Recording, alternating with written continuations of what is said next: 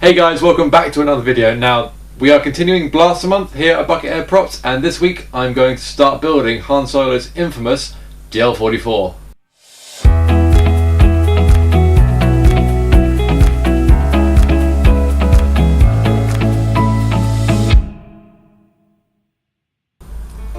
So, very soon we are going to be treated to Solo: A Star Wars Story, the new Han Solo movie. I've had this beautiful kit laying around for a little while, and I'm just going to take you through a few of the parts. Now, quite a few of these bits are very similar to the Merson Power 5 build that I did before. You can go check that out here. But the base of this gun is the Denix C96 Mauser. Of course, on the original it would have been a real Mauser. This, like I said, is a Denix. It is a metal replica. Some people argue that these aren't the best castings, you know, they're a bit rough and clunky, but for the money and for what you get, I think it's a pretty good deal. What I'm going to be doing for this one, hopefully, is sharpening up some of the details and making it slightly more accurate. So that's our base gun. So the rest of this is a kit which I got. It's been sitting in a box for a little while, so I thought I'd better crack it out and get on with it. The kit itself is from a maker called Dark Energy Creations. I'll of course leave a link in the description below to where I got it from. These are all machined parts. I say all, they're mostly machined parts. Some of them are cast, but they're all really high quality parts. Also bear in mind, with machine shops, they often work in runs, so as with this one, you have to jump in onto the run when they're doing one for the certain set of parts that you want.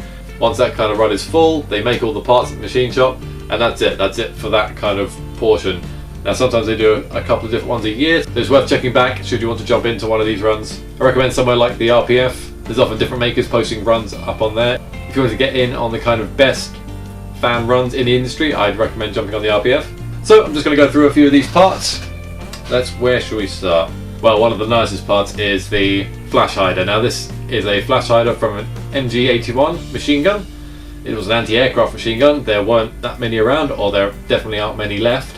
So nearly all the ones you see of these will be replicas. This is a very nice one. It comes with the ball barrel. So this is going to go over the barrel. I'll need to cut down the barrel to accommodate this, but this slots in here like that very nicely. The other really noticeable nice piece is the scope. This is based off a World War I German sniper scope. The exact make and model I'll leave up on the screen and of course in the description below. But again, this is a very nice piece. It comes with these brass accents which are going to go front and back, as well as this very nice knurled knob which will go on the top. This, I guess, was to focus the scope. That's so nice. He's also included two mineral watch glasses, which are going to be the lenses for the scope. Now we also have the scope bracket. This one, I believe, is cast pewter, so it's not machined per se, but it's a little bit rough. We could do a little bit of clean up on that, but luckily pewter's nice and soft, so that shouldn't be too difficult. This will bolt to here, and then I'll have to drill and tap the main gun to accept the threads. We've got another cast pewter bit here, which is the front grille. That'll slide just over the front. I don't know whether I'm going to use these, because this and the sight greaves here have been cast in pewter. They're nice, but I actually have some of the real plastic parts. That is, plastic parts of the same lineage that the originals were made from. I use the same ones on my Merson Power 5. So I think I might use those instead. And the only other thing I got was the grips. Now these didn't come included with the original kit, they're an optional extra, but I decided to do them anyway because these are machined from walnut. I think it's walnut. The ones on the Denix are plastic, they're good, but these should look really good when I finish them up. They should have a great colour that comes out once those are done.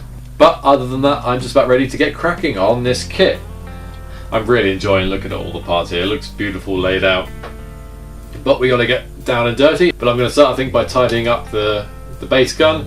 We've got a few bits to do to make this more accurate. Again, with these, it's just kind of personal preference how far you want to take it, really. You could go straight in on this if you were happy and just attach all the parts and have a perfectly serviceable DL-44. And some people do that, and then some people go the other way. They'll modify the hell out of the base gun to make it look more real. I'm just going to do a little bit. I don't think I'm going to go too crazy. Just going to mod it enough to make it look tidy. I like accurate props. You know, I like going for accurate props. You know, We've got one of the best kits you can get here to go onto it, so I feel like I'd be doing it a disservice if I didn't try and tidy up the base gun a little bit. But that's just going to be with firework and a Dremel. It is painted, I believe, so I'm going to take that finish off and I'm going to try my hand at gun bluing. We're going to blue the base and all the parts as well. It should be fun. Look forward to that in an upcoming video. We are steaming through Blaster Month here on Buckethead Props, and I better get cracking on this gun, so I will see you later. Take care, everyone. Bye bye.